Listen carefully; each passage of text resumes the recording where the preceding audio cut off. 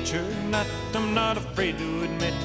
I'm wild about the wild things and I'm proud of it. I'm just a simple case, open and shut. No doubt about it, I'm a nature nut. Today we'll go bird watching, tomorrow we'll catch toads. The next day we'll take photographs of bugs along the road. I never get the feeling that I'm in a rut. That's why I'm a nature nut. Well, I'm a nature nut, I'm not afraid to admit. I'm wild about the wild things and I'm proud of it. I'm just a simple case, open and shut. No doubt about it, I'm a nature nut.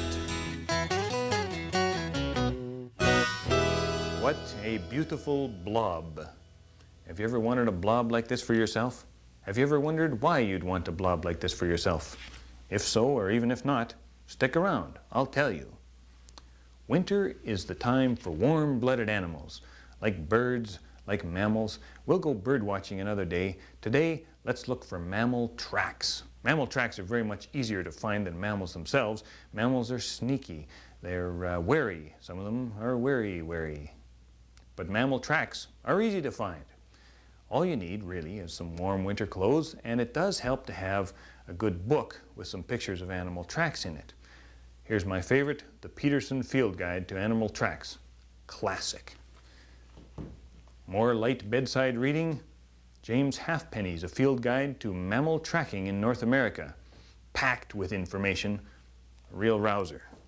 And here, Paul Resendes, Tracking in the Art of Seeing. Beautifully written. Of course, if Paul had written this book for animals, he would have called it Tracking in the Art of Smelling.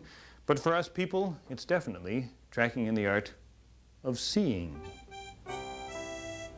So why should we go looking for animal tracks? Well, that's kind of a good question. For one thing, you can always impress your friends with your newfound knowledge of marks in the snow. You could even follow your friends or your friends' dogs or your friends' friends. It's, up to you entirely. But to me, there are two reasons. First of all, you get to find out what kind of animals have been sneaking around at night when you weren't there to see them.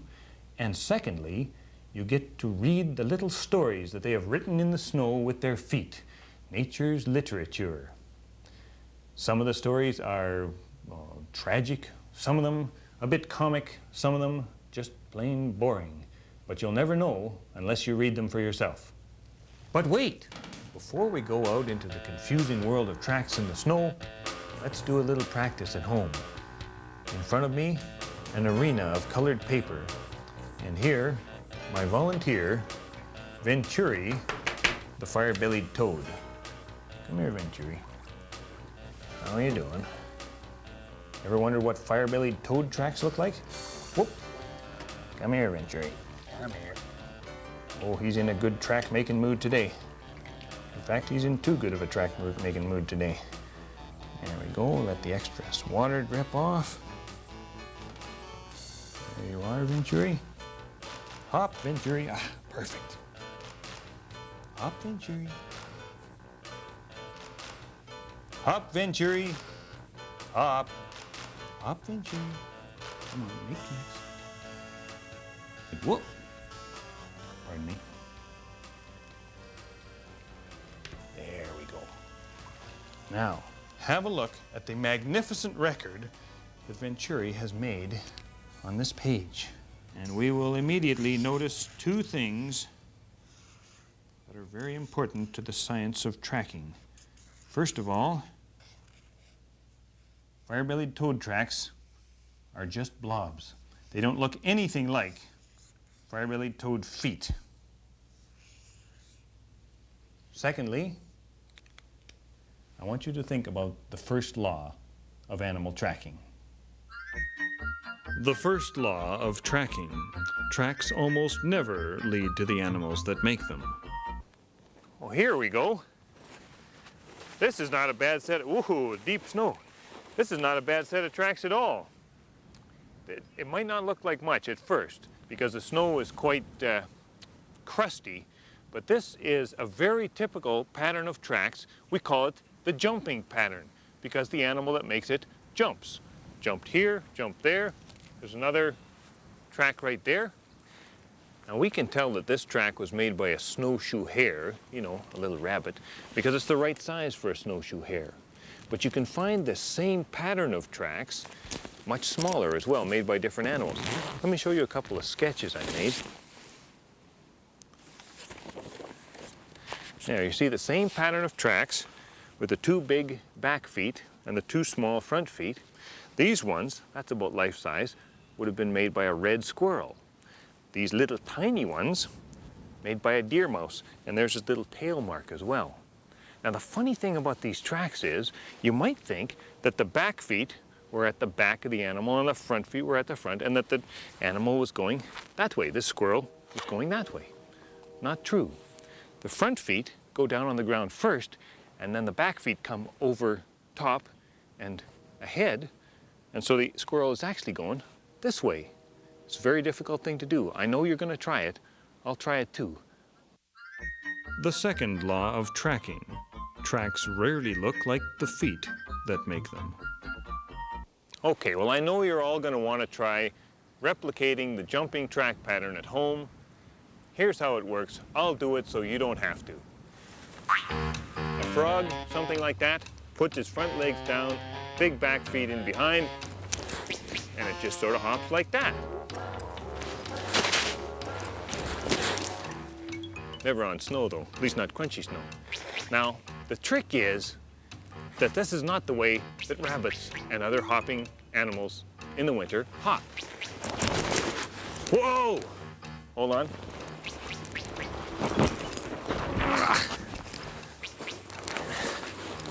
I'm kind of hoping there's a branch under the snow here. The whole idea is they put their front paws down first, and they get their back paws over top, and I just can't do it. I don't have long enough legs. I don't build up enough speed in the snow. But as you can see, there we've got it.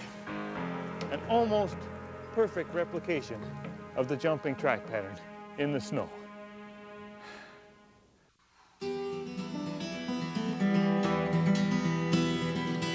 Tracks in the snow, where do they go? Hither and thither and to and fro. Well, whose little feet are beating a retreat? What kind of fingers and how many toes?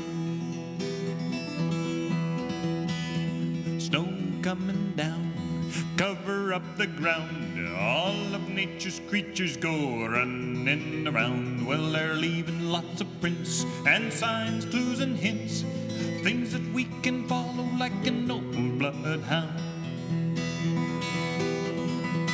In the days of Frontenac, with the plaid shirt and axe, all them fur raiders with the big backpacks, well, they were mighty good at tracking critters through the wood, over hill and over dale, right to the bivouac. Oh, what the heck's a bivouac? Oh, what the heck's a bivouac? The nature nuts now shun the trap and the big gun. Tracking is a thing we do just for fun. The critters, they don't care by now, they're far away from there. Oh, when we track the rabbits, we stay out of their hair. Tracks in the snow, where do they go? Hither and thither and to and fro. Well, whose little feet are beating a retreat? Oh, what kind of fingers and how many toes? The great thing about tracks is the animals that made them don't need them anymore. So we can go out and we can actually collect tracks. Now there's a couple of different ways to collect animal tracks. My favorite is just to take pictures of them. This is the camera I use, any sort of 35mm SLR camera. All that means is that when you look through the viewfinder, you see the same picture that the lens that actually takes the picture sees. And most of these cameras have lenses that will focus close enough so you can just take animal track pictures without any special equipment. I've got a dog track right here. But I don't want you to think I'm a camera snob, so I also brought along the world's crummiest camera. My mother bought it for me in a gift store in Hawaii. Cost less than a single roll of film, about $5. You can use it with your gloves on because it only has one control. this button here. Also has a keychain. That's the key to my garage. You can pay thousands of dollars for a professional camera and still not get a keychain. The third law of tracking. The best way to collect a track is with a camera. Now, if I wanted to take a picture of this dog track with the world's crummiest camera, I'd have to hold the camera way up about here, and the track would be very tiny in the picture. So I use a cheap close-up lens, a magnifying glass. This is a very cool thing to have, even if you don't have the world's crummiest camera to go with it. Sherlock Holmes special.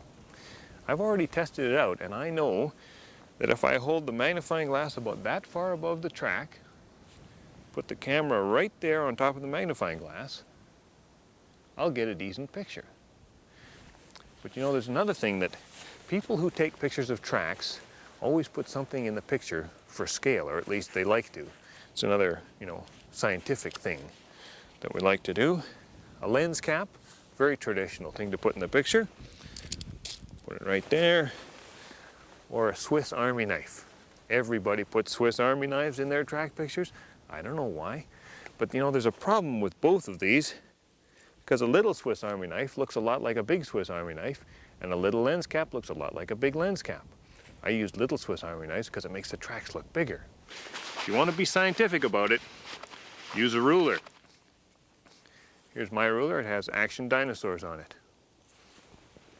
So I'll put all those things in the picture. World's crummiest camera is ready to go.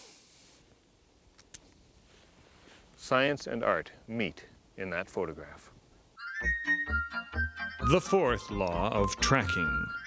No matter what the ruler, a centimeter is a centimeter is a centimeter. Well, here we are in the warm, sunny tropics. Ha! Just kidding. So one way you can try to keep warm in the winter when you're out sketching tracks, and that's what I'm going to do now. If you don't have a camera, or you'd like to just keep field notes, I keep field notes all the time, you can draw pictures of tracks instead of taking photographs of them. I just carry a little sketch pad, and the good thing about sketching tracks is it forces you to pay a little more attention to exactly what those tracks look like, rather than just pressing the shutter release button on your camera. So I'm just drawing a dog track here right now.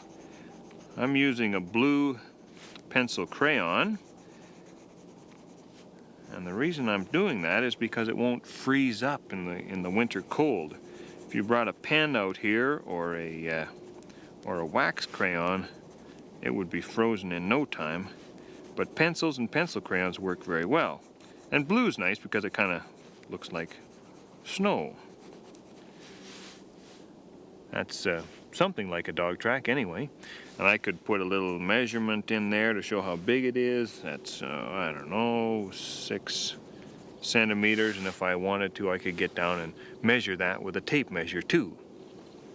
Hey, I found some deer tracks in the woods here earlier. Went back and got my bucket of plaster casting equipment.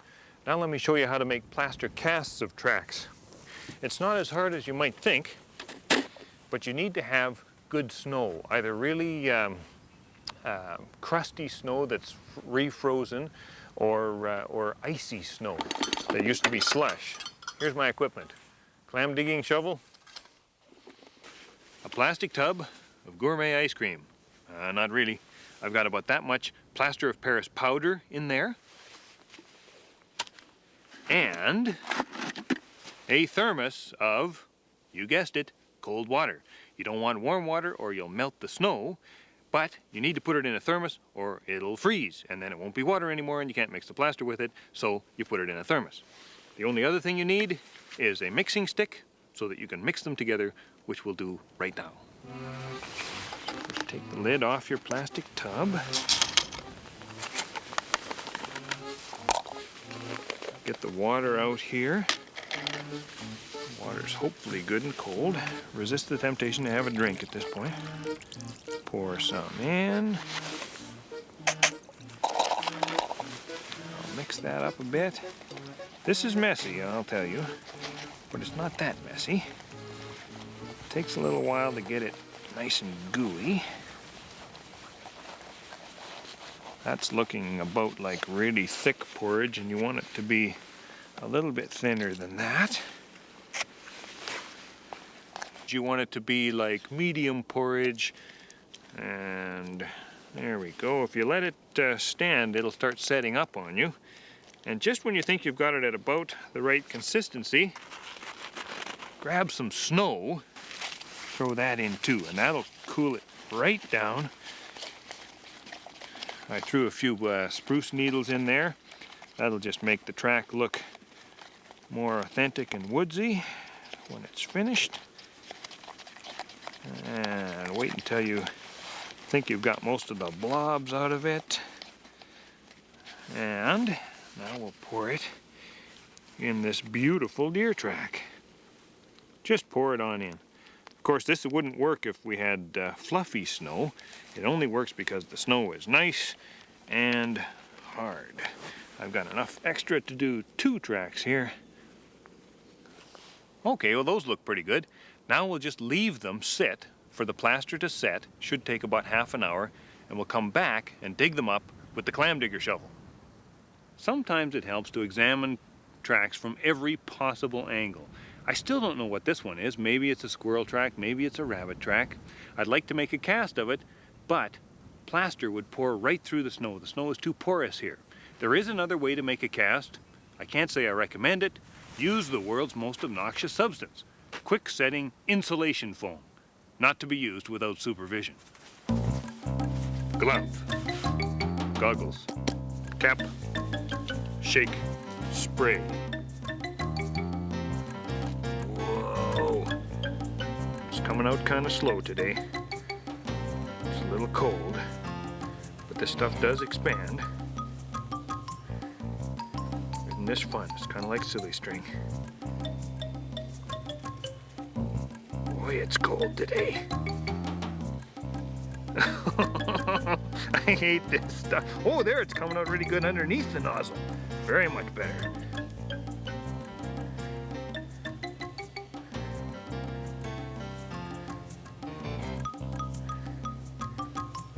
There he is.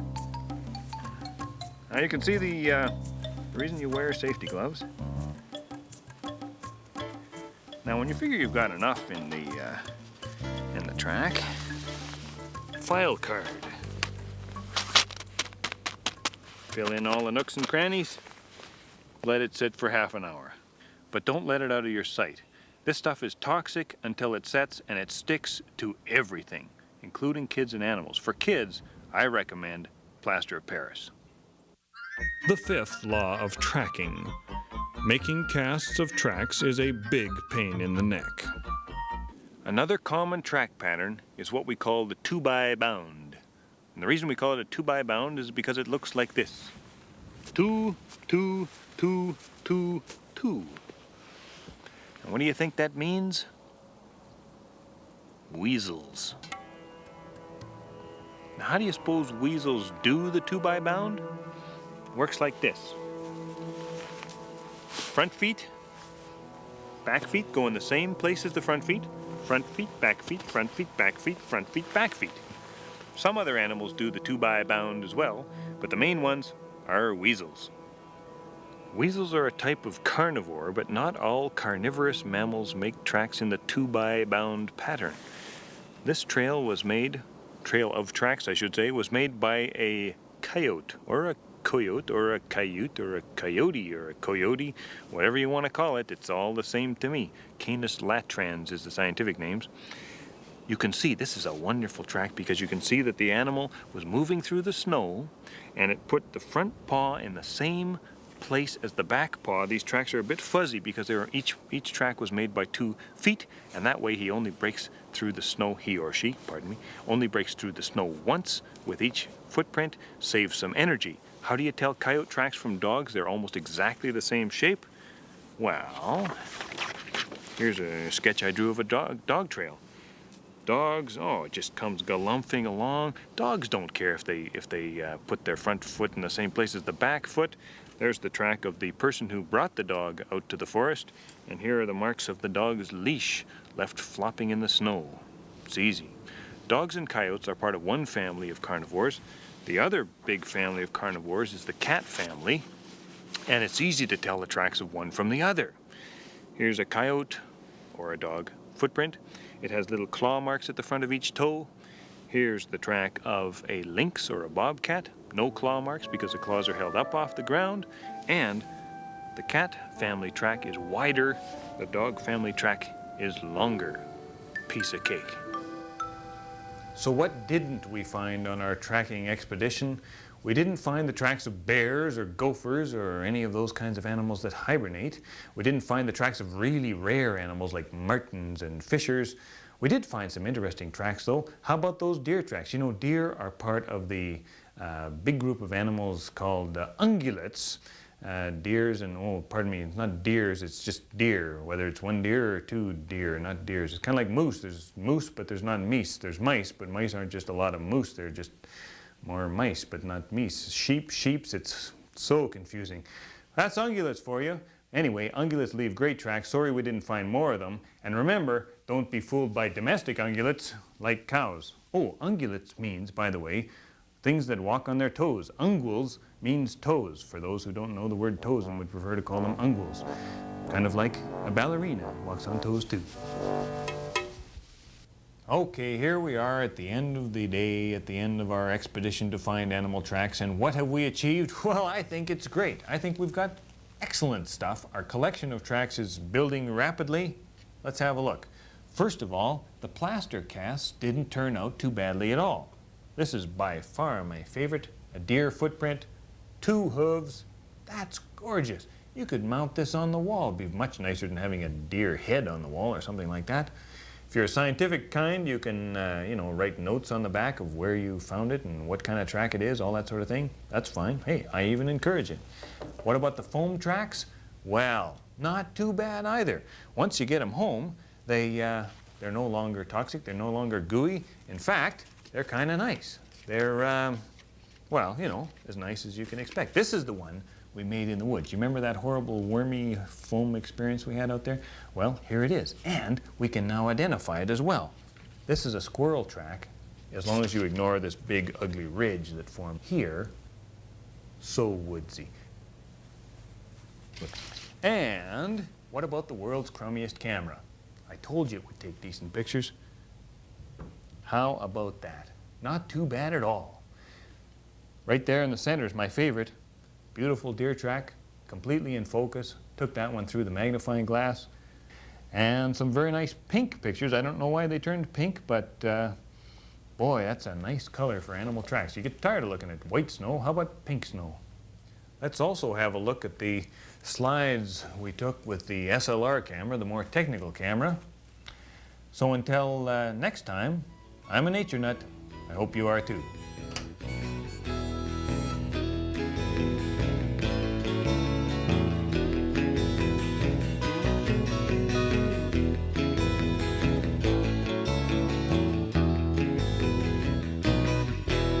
Same time each and every week, uncensored and uncut.